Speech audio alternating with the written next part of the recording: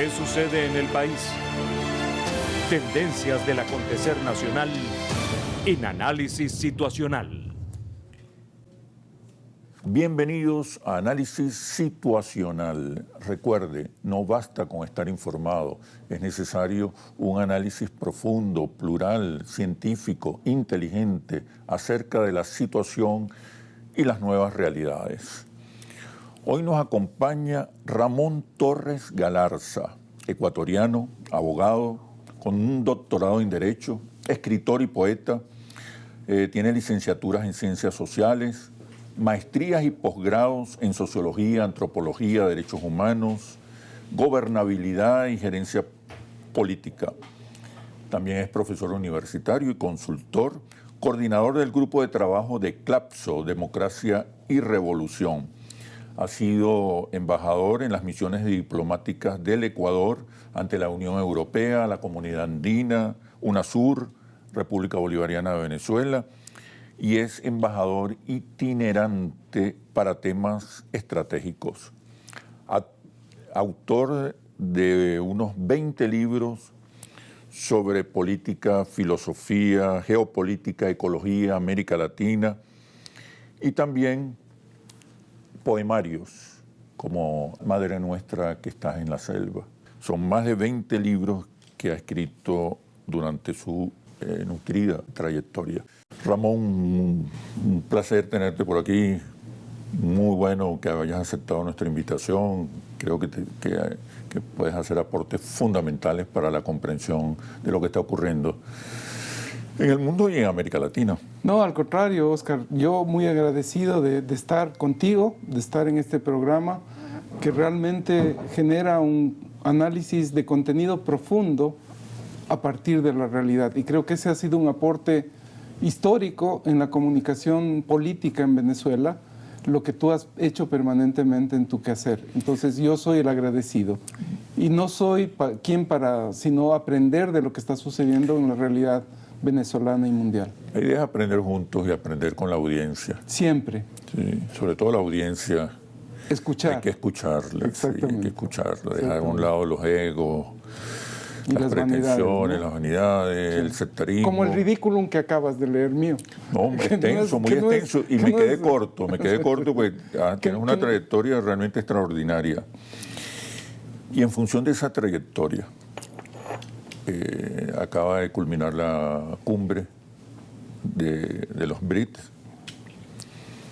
Es un nuevo bloque geopolítico, geoestratégico que seguramente que tiene impacto y seguramente va a tener mucho impacto en el futuro próximo, en ese objetivo estratégico de construir un mundo multipolar.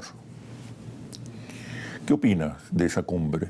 Y particularmente el episodio que protagonizó Brasil al rechazar el ingreso o al vetar el ingreso de Venezuela en esta organización. La cumbre de Kazán, querido Oscar, es un momento absolutamente claro y clave para comprender la nueva economía, la nueva política, la nueva geopolítica, la nueva geoestrategia que los países desarrollados, los países del sur global, generan para una capacidad de enfrentar la vieja, anquilosada, apestosa hegemonía neoliberal y del capital que en este momento no da para más. Y es momento nuevamente de reflexionar junto con Gramsci aquello viejo que no acaba de morir, sí, y lo nuevo que no acaba de nacer todavía. Y es el momento donde aparecen los monstruos. Y esos monstruos tienen caretas, tienen, cual caballo de Troya, ocultan esa fase del neoliberalismo que se expresa tanto en la política exterior cuanto en las formas y en los contenidos que ocultan para esconder verdaderos intereses y necesidades. Detrás de eso está el veto de Brasil, que más adelante analizaremos. Detrás de esos monstruos. Detrás de esos monstruos neoliberales que buscan la perpetuidad de sus intereses y de la perpetuidad de un imperio hegemónico que no acaba de morir todavía y cuya defunción la estamos celebrando tempranamente desde hace mucho tiempo. Sin embargo, la vitalidad, la capacidad adaptativa del capitalismo salvaje y depredador se expresa también en los BRICS. Entonces, los BRICS constituyen una clara visión y una clara agenda de Rusia, de China, de la India, de Sudáfrica, de parte de Brasil, sin duda, de los otros países que constituyen hoy BRICS más, para, en la dimensión económica, plantear una nueva economía que rompe el capital financiero especulativo, que rompe el viejo sistema SWIFT, que es un terrorismo financiero que limita las capacidades estatales, públicas y privadas para lograr un comercio justo, un comercio igual. Y entonces el SWIFT está siendo reemplazado ya en los BRICS por una nueva alternativa de comercio justo entre los pueblos, entre las culturas, entre las naciones, a través de una canasta de monedas que no se enfrenta al dólar ni desdolariza, sino que entiende un momento en la transición económica, en la transición comercial, pero fundamentalmente, Oscar, enfrenta de modo definitivo el capitalismo financiero especulativo y abre pasos a una capacidad de producción local, regional, global, y en ese sentido esa nueva economía de inversión, de gestión, de tecnología, genera nuevas posibilidades de una nueva economía global, que también necesariamente tiene que ver con la sostenibilidad social y ambiental.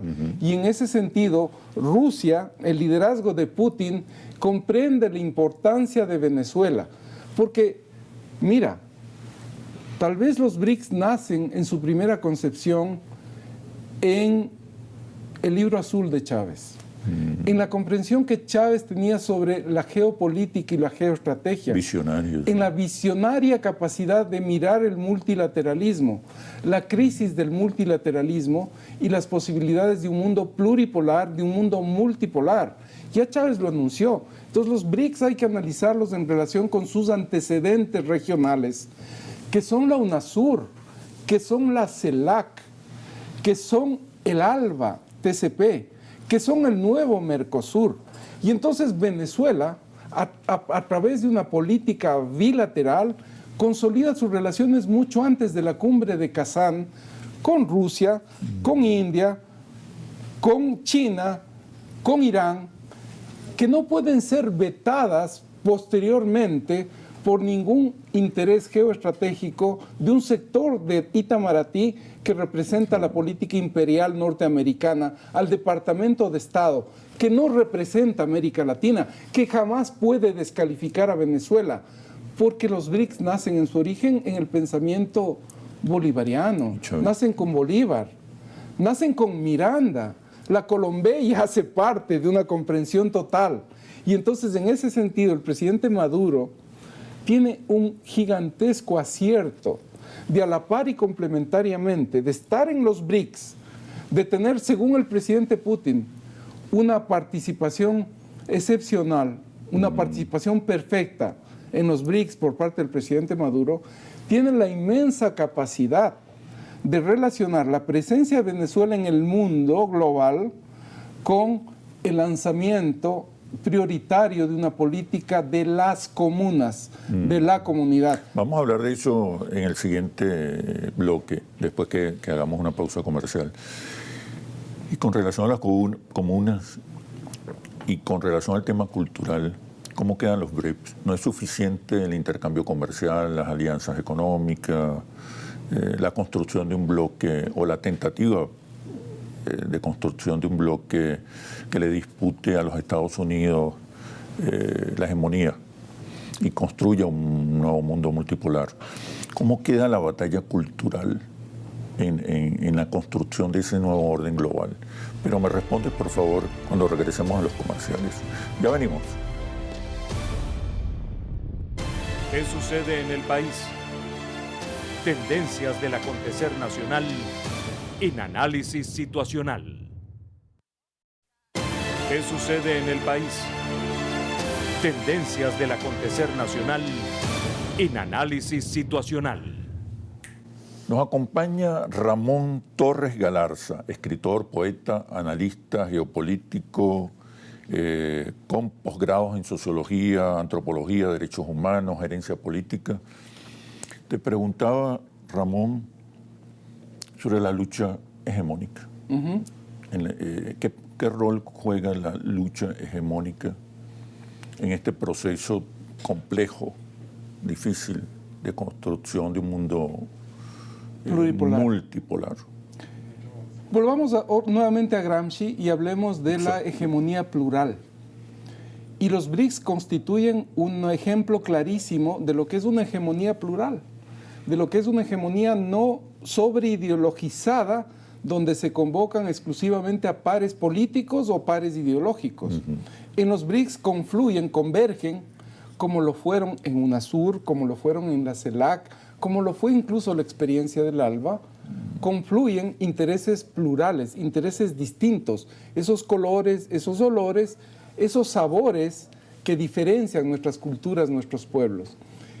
Yo fui testigo, querido Oscar, de la gran capacidad, obviamente, del presidente Chávez, pero fundamentalmente en la parte práctica y operativa de liderar todos los procesos de integración regional del canciller Maduro. Y vi un canciller que era capaz de conversar con sectores más rancios de la aristocracia y de la derecha colombiana, representados por el presidente Uribe, cómo conversar al presidente Chávez y al canciller Maduro con sectores más radicales de lo que significaba el gobierno cubano, el gobierno ecuatoriano, el gobierno nicaragüense, el gobierno boliviano. En Nicolás Maduro hay una experiencia acumulada de 7 años de canciller y de todos estos años de una presidencia donde ejerce un liderazgo integrador, un liderazgo plural, la construcción de una hegemonía plural. En su equipo de gobierno, en el PSUV, en Futuro, en la vicepresidenta Delcy, en los vicepresidentes, existe una dirección colectiva que representa una pluralidad. Creo que la campaña donde nuevamente Maduro es reelecto expresa la pluralidad de este pueblo. Te digo estos antecedentes porque creo que Venezuela se ha caracterizado muchísimo por representar, por asumir esa diversidad, esa pluralidad, y hoy el ALBA lo hace, a diferencia de una política exterior ambivalente, de doble cara, ¿sí?, de un sector de Itamaraty que formado o deformado por el Departamento de Estado norteamericano no representa los intereses de Brasil. El Lula, en su tercer periodo, es un Lula que confronta con grandes sectores de movimientos sociales, a veces por favorecer intereses de agronegocio o intereses empresariales que representan al viejo y nuevo bolsonarismo que está presente todavía en la política nacional antipopular, antinacional, que el bolsonarismo representa todavía en Brasil. Entonces, no hay una disputa solamente entre Itamaraty, sino también de sectores de Plan Alto. Y quisiéramos seguir contando con ese Lula que yo conocí, con ese Amorín que yo conocí, con el Lula y el Amorín con los cuales trabajamos con Nicolás Maduro para precisamente gestar UNASUR, el ALBA, etc. Porque yo recuerdo mucho a Marco Aurelio García. Marco Aurelio García fue el principal asesor de la política exterior brasilera que no provenía de Itamaraty. Marco Aurelio era un hombre que pensaba la política desde América Latina y pensaba Brasil desde Carlos Prestes, desde Darcy Ribeiro, desde Leonel Brizola. Lula fue y es, desde mi punto de vista, la expresión de lo más genuino del pueblo brasilero, a condición de que Lula siga representando esos intereses. El veto de Brasil jamás podrá vetar el derecho propio que Venezuela tiene para existir en el concierto de los BRICS, en la economía regional latinoamericana y en el concierto global de naciones. La economía venezolana tiene una capacidad de producción actual, tiene una oferta exportable de productos como el petróleo y otros, que son la principal demanda que no solamente la economía BRIC, sino la economía mundo reclama. Venezuela deberá desarrollar y consolidar capacidades para proveer al mundo esos recursos, pero también a condición, y ahí va tu pregunta, a condición de que sea desde sus comunidades, desde sus pueblos, que la economía regional, que la economía global contribuya a las economías locales, a la común unidad, de ese sentido de lo común, de esa forma de entreayudarse, de esa capacidad de producción solidaria, de esa capacidad de gobierno local que una comunidad tiene. Y en eso Venezuela, tal vez, Oscar, es la portadora de la mayor alternativa frente al capitalismo en crisis, precisamente en el modelo político, económico, social y cultural de las comunas. Y frente a eso nuevamente voy a Brasil. Fíjate, el presidente Maduro tuvo la visión estratégica tan importante en relación con los sectores del movimiento sin tierra, adjudicarlos, reconocerlos en ellos, una capacidad de entreayudarse y entrehermanarse con sectores productores de comunidades locales y regionales en Venezuela para generar o consolidar una nueva oferta local y exportable de producto agrícola venezolano. Eso hizo Maduro con el movimiento de los sin tierra. Sí. Y entonces, hay sectores en Brasil que olvidan la solidaridad que Maduro tuvo frente al COVID en Brasil. Hay sectores que olvidan la solidaridad de la política exterior de Venezuela en relación con el impeachment, con el golpe a Dilma. Hay algunos sectores que pretenden olvidar la solidaridad de Maduro cuando Lula estuvo preso. Sí. Jamás podemos olvidar eso, estimados. Y el compromiso permanente, sí, que ha tenido Venezuela en el caso de Lula y de Brasil. Oye, pero este episodio, me refiero al veto de Brasil contra Venezuela para ingresar en los BRIC, este episodio ha revelado una serie de debilidades de las fuerzas progresistas y de izquierda.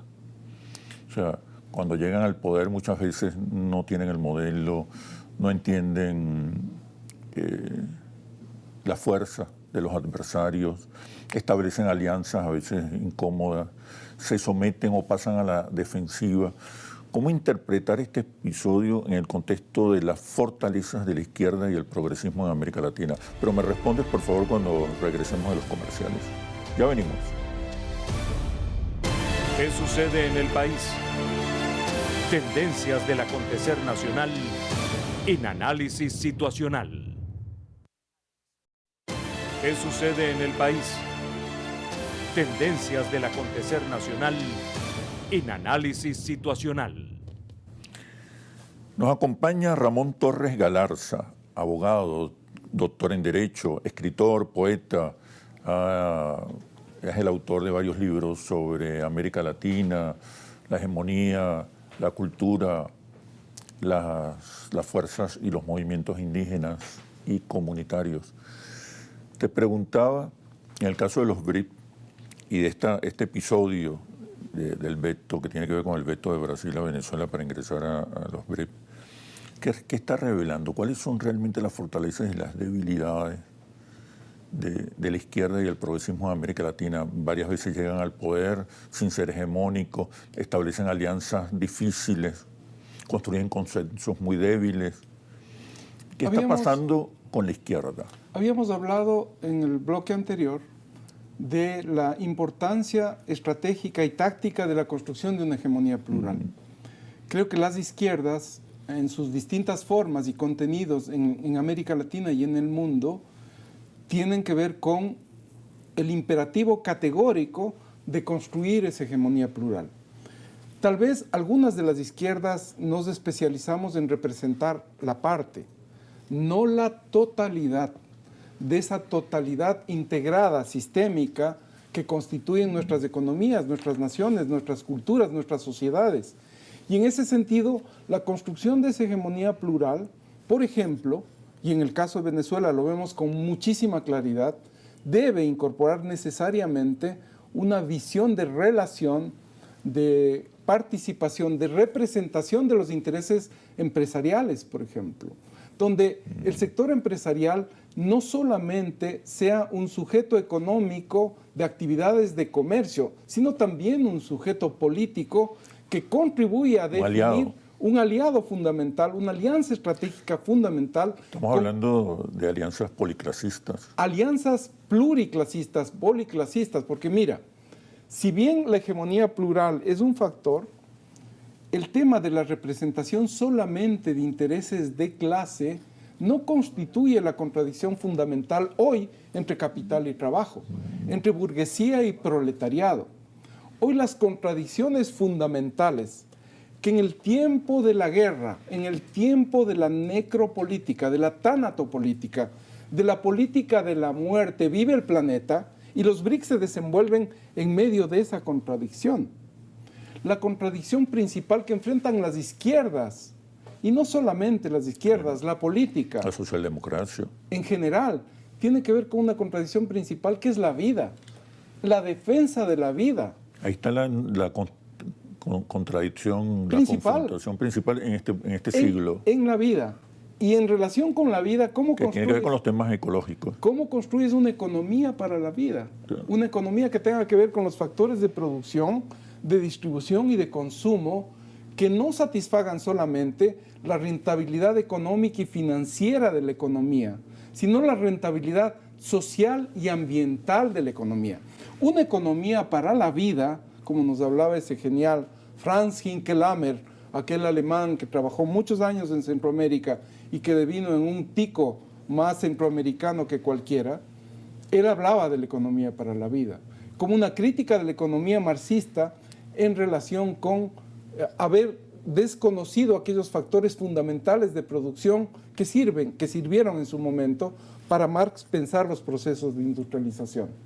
Pero mira, el tema de la economía para la vida es tan importante como lo es, por ejemplo, la cumbre de cambio climático, la COP16, que en Colombia se está desarrollando, que está por concluir en estos días. Tal vez el liderazgo del presidente Petro, estimado Oscar. Petro lo señala muy claramente. Y Petro hace parte de una nueva expresión de esa nueva izquierda que tú estás reclamando. Como lo hace el liderazgo del presidente Maduro, el liderazgo de Delcy, el liderazgo de Diosdado, el liderazgo de Jorge, etcétera. Entonces, creo que hay nuevos liderazgos en América Latina que están comprendiendo esa pluralidad. Es otro ciclo, como estamos llamados. Otros ciclos. Mira, como se dice. Petro ejerce, desde mi punto de vista, admirando mucho a Petro, tal vez el pensamiento de economía ambiental más profundo, tal vez el pensamiento de filosofía socioambiental más profundo. Petro proviene de un origen de una revolución liberal radical levantada en armas en Colombia, que defendió el liberalismo, que defendió la democracia en Colombia desde Gaitán, y hoy sigue defendiendo la democracia, pero esta vez plantea una democratización de la economía social y ambiental en esa COP.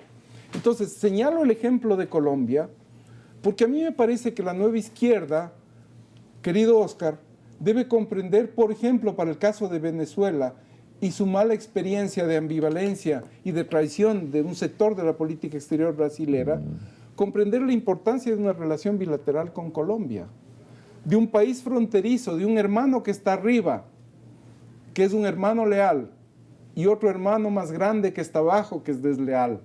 Pero con Colombia, Venezuela tiene todas las posibilidades para pensar una política compartida en energía, en recursos naturales estratégicos, en pueblos indígenas, en cuenca amazónica, y se lo está haciendo. En la COP, en esta última COP, en Colombia, se acaba de definir una estrategia de protección de la cuenca amazónica, que Venezuela hace parte. Y entonces me parece a mí que la comprensión de la nueva izquierda, de las nuevas izquierdas, de la cual Venezuela hace parte, la última campaña del PSUV, la última campaña que gana el presidente Maduro, evidencia una nueva forma y un contenido de comprender la izquierda para Venezuela. Hay sectores empresariales nuevos en el gobierno del presidente Maduro. Hay una relación con los sectores empresariales distinta. Hay una relación con la innovación, la ciencia y la tecnología distinta proveniendo de sectores empresariales. Hay una gran capacidad de construir empresas de economía mixta donde incluso existe capital de los trabajadores de las viejas empresas estatizadas en Venezuela. Entonces, hay un nuevo momento de comprender capital-trabajo, burguesía, proletariado, el rol de los sectores empresariales, el rol de lo social ambiental, el patriarcado, Oscar. El viejo patriarcado que nos tiene doblegados y sometidas a las mujeres en una condición de subordinación del poderío de género, cuando en ellas está la posibilidad de cuidar la vida, de cuidar el planeta, de cuidar la tierra. Siempre en la mujerez, siempre en el enfrentamiento al patriarcado, hay una condición del saber y del conocimiento de las mujeres mucho mayor. Tampoco el problema del feminismo debe ser entendido por fuera de las clases, como la agenda norteamericana y ciertas ONGs propugnan para establecer la división y la fragmentación de intereses compartidos, de la articulación de intereses, como decía Laclau o la Chantal Mouffe. Pero entonces, vivimos un momento, vivimos un tiempo donde las izquierdas deben representar esa totalidad. No, y eso obliga a una nueva comprensión de las nuevas realidades. Ahora, en esa economía por la vida, la gente en Venezuela la llamaría una economía humana. Sí. Es el término que utilizan en los focus group, economía humana o el socialismo productivo. En esa nueva realidad, ¿dónde queda la lucha de clases, la confrontación que está ahí, que existe? ¿Cómo evitar la pérdida de hegemonía o cómo lograr una construcción hegemónica que permita cohesionar, convocar, movilizar actores con intereses tan distintos y contradictorios? Pero me responde cuando regresemos a los comerciales. Ya venimos. ¿Qué sucede en el país? Tendencias del acontecer nacional en Análisis Situacional. ¿Qué sucede en el país? Tendencias del acontecer nacional en Análisis Situacional. Nos acompaña Ramón Torres Galarza, abogado con doctorado en Derecho, escritor, poeta, autor de varios libros sobre filosofía, geopolítica, el tema indígena y cultural. Te preguntaba, Ramón, sobre esa nueva economía por la vida, esa nueva economía humana que describe y que supera las contradicciones que conocíamos entre las clases sociales. Pero eso implica una capacidad para convencer, convocar y una hegemonía muy, muy poderosa. ¿Cómo queda la lucha de clases? Bueno, la lucha de clases es un factor permanente, presente en la historia, categorizada, descrita y desarrollada excepcionalmente por Marx. Sí. Y evidentemente es una realidad concreta en cuyo caso debemos contemplar siempre su existencia, su permanencia, hasta que no se resuelvan los aspectos fundamentales para que no exista. Pero para que ella no exista, para que la lucha de clases no exista, debemos tener intereses que representen a un conjunto de clases y de sectores. Debemos generar factores de inclusión, no exclusión, sino de inclusión. Debemos generar factores para conservar los estados de bienestar, las políticas de redistribución, de distribución de la riqueza, las políticas para generación de mayor riqueza. Y esas posibilidades, en el caso venezolano, se han mantenido desde el gobierno de Chávez al gobierno de Maduro. Tal vez los esfuerzos más importantes que Venezuela hizo y todavía sigue haciendo son conservar las condiciones del estado de bienestar, de las políticas de distribución, que a pesar de los pesares y de los límites económicos por el bloqueo, las sanciones y la guerra, Venezuela conserva factores de educación, factores de salud, factores de vivienda, factores de política social, del Estado social de derechos, que no son otra cosa que el estado de bienestar, no son el socialismo, peor el comunismo, son las políticas de ese Estado redistributivo que representa intereses más amplios. Eso es lo que se ha conservado en Venezuela. Eso es lo que se ha estado profundizando en Venezuela. A futuro, yo diría en el corto y mediano plazo de la realidad venezolana, se vienen nuevas y mejores condiciones para profundizar la razón social del Estado, la razón económica del Estado, la razón ambiental del Estado, donde, por ejemplo, el nuevo modelo de gestión que se está consolidando, cuyos pasos han sido importantes, para hacer de PDVSA un modelo de gestión eficiente que combata corrupción, pero mantenga una lógica de producción, de distribución y de consumo como un hub altamente empresarial, ligado a los intereses en primer lugar del pueblo y del Estado venezolano, y no sometido como el pasado reciente o a una agenda norteamericana de control de PDVSA o una agenda de corrupción de algunos de sus funcionarios, lamentablemente.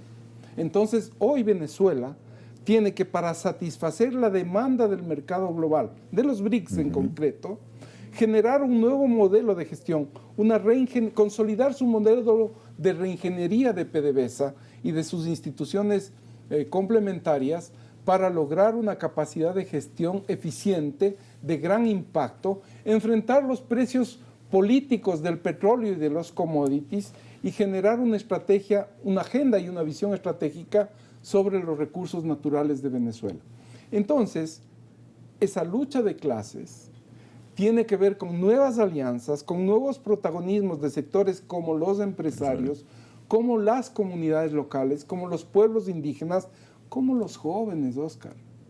Los jóvenes venezolanos requieren ser no solamente un sujeto cultural, generacional, sino un sujeto generacional, un sujeto económico. Claro.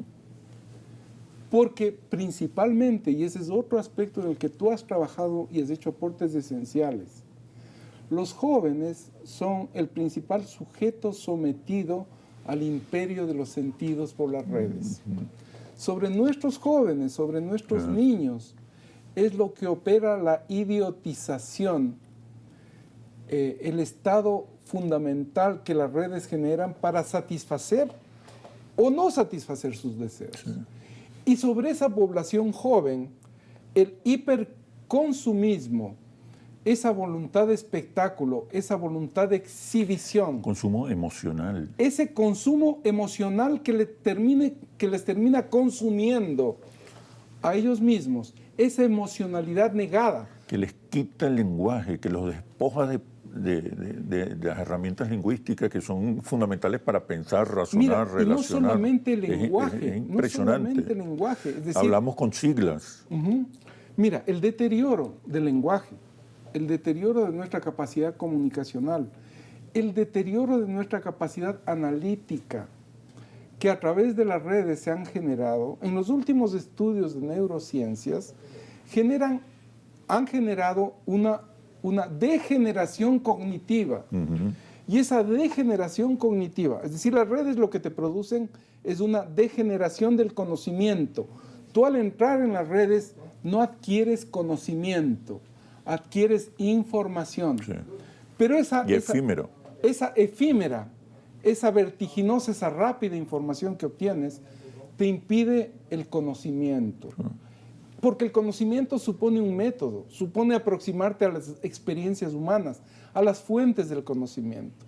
Entonces, si nosotros hacemos una idolatría y un culto de lo digital y de las redes, como hacen nuestros jóvenes, o la mayoría de ellos, y no hay un consumo y un uso consciente de la tecnología, que también se puede y se debe hacer, pero a la par y complementariamente hay que declarar zonas liberadas del imperio de lo digital para que el imperio de la realidad, de la comunicación, del abrazo, de la mirada, de la capacidad de entreayudarnos, de entender que la vida existe en la realidad y no en la ficción, es muy importante. Nosotros hemos insistido en que en un contexto, en un mundo tan hiperdigitalizado, lo crucial, lo estratégico, lo disruptivo va a ser lo humano. Cómo rescatar, recuperar lo humano. Exactamente. Oye, quiero que sigamos desarrollando esta idea esta evaluación del impacto de las redes sobre la población, sobre todo sobre los sectores juveniles. En el próximo segmento tenemos que hacer una pausa comercial para medir realmente lo que significa, porque venimos de una euforia digital donde había que estar presente en las redes, donde las redes lo eran todo. Y de repente hemos chocado con la realidad que nos dice son medios que están atentando contra la naturaleza humana y no es suficiente colocar contenidos, información. Hay que ir a un nuevo tratamiento, una nueva gestión de las redes para convertirlas también en medios emancipadores. Pero vamos a hablar de eso en el próximo espacio. Ya venimos. ¿Qué sucede en el país? Tendencias del acontecer nacional en análisis situacional. ¿Qué sucede en el país? Tendencias del acontecer nacional en análisis situacional. Nos acompaña Ramón Torres Galarza, abogado con doctorado en Derecho, escritor, poeta, ha sido embajador de Ecuador en organismos internacionales, incluso aquí en Venezuela. Te preguntaba, Ramón, sobre el impacto de las redes. En el caso de la juventud, acude incesante a una guillotina sobre el conocimiento, acudes inconsciente a una guillotina sobre el conocimiento y la sensibilidad. ¿Qué se puede hacer? Porque venimos de una euforia digital donde todo parecía concentrarse en las redes, sin las narrativas adecuadas, sin los contenidos adecuados. Ahora pasamos a una posición más radical, me parece incluso más acertada, sobre el uso de las redes. Pero en todo caso, usar las redes con un sentido estratégico emancipador requiere de narrativas, usos, gestiones muy particulares. ¿Qué podemos hacer? ¿Qué se puede hacer? Mira, creo que es importante entender que sobre las redes sociales que no son sociales, por cierto, sí, que son asociales. Antisociales. Antisociales. Sí, sí. Sobre esas redes antisociales hay que volver al sentido del yo, al sentido de la personalidad y de la individualidad, de la autonomía, de la soberanía que cada uno de nosotros tiene sobre su cuerpo y sobre su mente. Porque la intervención de las redes, querido Oscar, es sobre nuestra mente y sobre nuestro cuerpo. Es sobre la emocionalidad, sobre el gusto, sobre el deseo, sobre la lógica de consumo, luego existo, me exhibo y soy. Y están siendo gestionadas y dirigidas con esa intención, no es que aparecieron y desafortunadamente por supuesto, porque además te conducen como un algoritmo hacia el consumo, que en relación con las plataformas y las corporaciones que las controlan, te categorizan y definen las tendencias en relación con cómo satisfaces tus gustos, tus deseos. Y en relación con esa satisfacción o esa insatisfacción, constituyen las actitudes emocionales que los seres humanos tenemos en la vida. Las guarimbas últimas de la oposición, querido Oscar, fueron la conducción emocional en ciertos sectores, mínimos, por cierto, en la población venezolana. Nosotros identificábamos un voto neurótico, un elector neurótico. Y no solo un voto, sino una reacción neurótica de odio, de violencia, de sectores generados, voy a hacer un paréntesis, generados por un intento de teoría que fue desarrollada por un entomólogo chileno, Alexis Tapia, que lo desarrolló como una teoría que la compró Uribe y que se la distribuyó en varios países de América Latina, en los sectores de los ejércitos y de policía latinoamericanos. Alexis Tapia desarrolló una supuesta teoría de la guerra molecular prolongada. Y a partir de la guerra molecular prolongada, lo que hizo con esa tesis es organizar grupos terroristas que actuaban para exacerbar los odios que previamente a través de las redes habían sido generados por una estrategia previa. No olvidemos que acá, antes, durante y después de las elecciones, la oposición cantó fraude. Y se generó en las redes una estrategia de odio de ciertos sectores en contra del chavismo. Y esa eliminación y esa violencia fueron proclamadas por la oposición y por el mundo, por parte del mundo, como la defensa de los derechos humanos y de la democracia en Venezuela, y que las acciones de la oposición fueron no violentas. Toda esa falacia es la que vivimos en redes.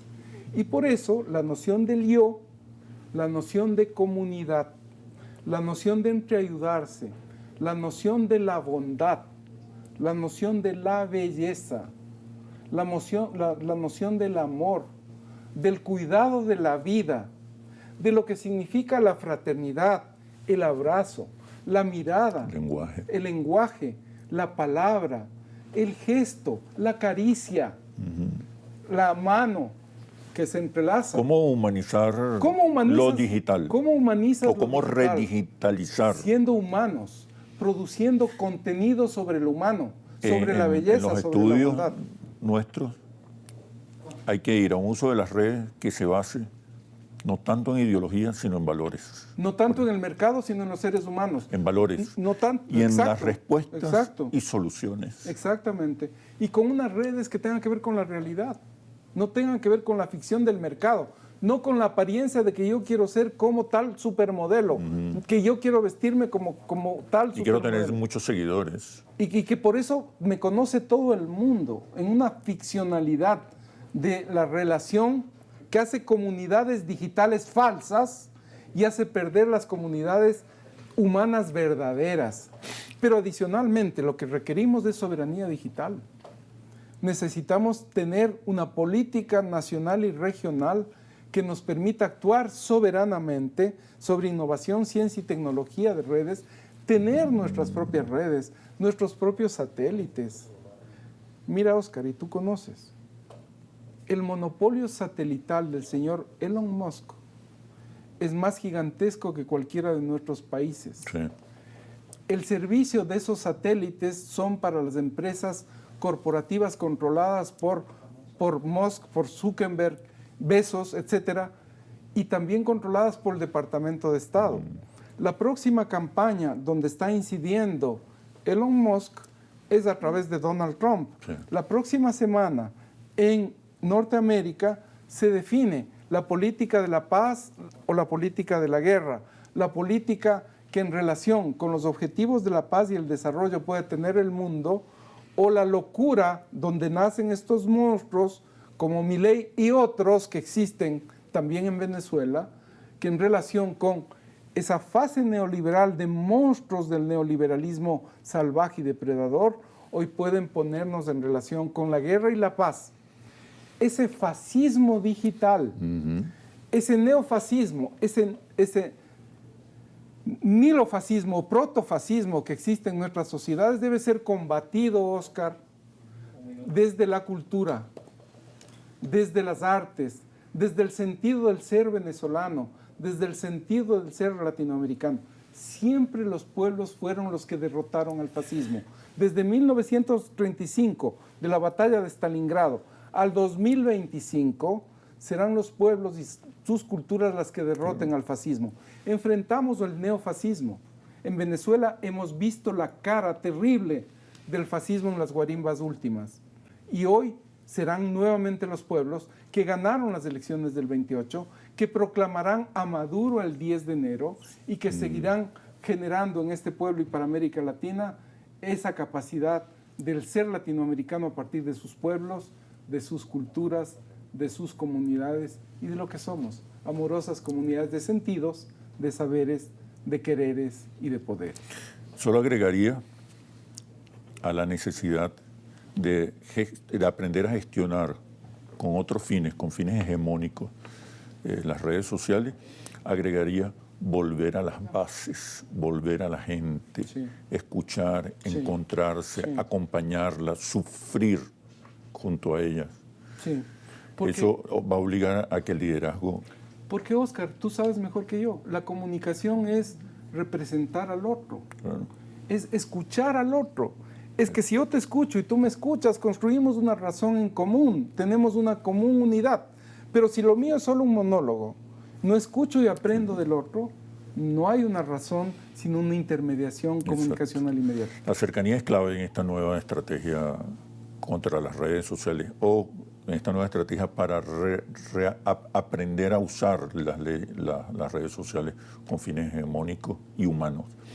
Bueno, Ramón, muchísimas gracias por este excelente análisis situacional. Espero verte más a menudo por acá. Gracias, Oscar, a ti.